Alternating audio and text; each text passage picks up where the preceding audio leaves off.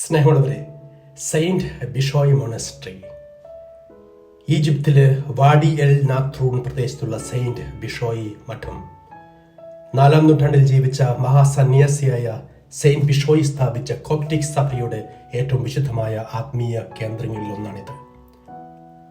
മഠത്തിലേക്ക് കാൽവെച്ച നിമിഷം മുതൽ ഒരു ആഴത്തിലുള്ള ശാന്തത, മൗനം പോലും പ്രാർത്ഥനയായി മാറുന്നു. ആദ്യമായി ഞാൻ എത്തിയത് വിശുദ്ധ കിണറിനരികിലേക്കാണ്. ക്രിസ്തുവർഷം 303-311 കാലത്ത് പീഡനങ്ങൾക്ക് സാക്ഷിയായ ഒരു കിണർ.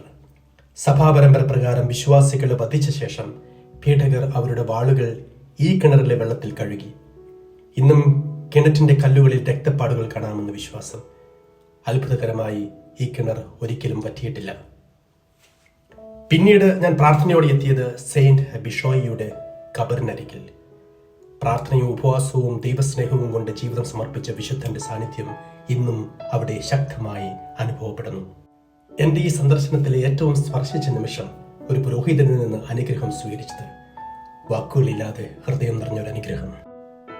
ഈ മഠത്തിൽ അനേകം കോപ്റ്റിക് പാത്രിയാർക്കുമാരുടെയും മെത്രാന്മാരുടെയും ആത്മീയ പിതാക്കന്മാരുടെയും ഖബറുകൾ സ്ഥിതി ചെയ്യുന്നു. തലമുറകളായി സഭയെ നയിച്ചവർ, വിശ്വാസത്തിനായി ജീവിതം സമർപ്പിച്ചവർ ഇന്നും ഇവിടെ വിശ്രമിക്കുന്നു. ഈ ഖബറുകൾ ഓർമ്മിപ്പിക്കുന്നത് ഒരു സത്യം മാത്രമാണ്: വിശ്വാസം തലമുറകളിലൂടെ കൈമാറപ്പെട്ടതാണ്. സെയിൻറ്റ് ബിഷോയ് മഠം, വിശ്വാസത്തിന്റെ ശക്തി, മൗനത്തിൽ സംസാരിക്കുന്ന ദൈവസാന്നിധ്യം. ഇതൊരു യാത്രയല്ല, ഒരു ആത്മീയ തീർത്ഥാടനം തന്നെയാണ്. Thank you.